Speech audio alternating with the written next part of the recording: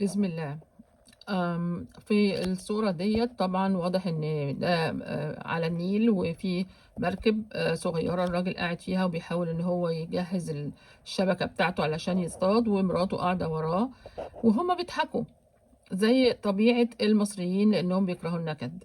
واحد من السُياح ماشي تاه، عايز يروح متحف فتاه.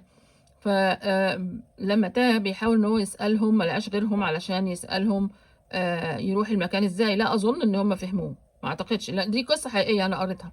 وبعدين بعد كده هم كانوا هياكلوا، فحاطين عيش ناشف وجبنة بيضا وهياكلوا. فالراجل قال يعني في نَفْسه ده يعني تايه ويمكن يكون عطشان أو جعان، وعزم عليه وحِلف عليه إن هو ياكل معاه، وخصوصًا الأكل واضح إن هو يعني أكل نضيف ما فيهش فَن يعني. فالراجل كَل حاول من الفضول، حاول إن هو يعرف إيه ده وياكله، فكَل منّه، فلقى إن هو طعمه لذيذ وكل حاجة، بس هو استغرب، يعني العيش ناشف والجبنة برضه ما هياش فاخرة يعني ولا حاجة، ومع ذلك الاتنين قاعدين وبيضحكوا جدًا ومبسوطين بحياتهم.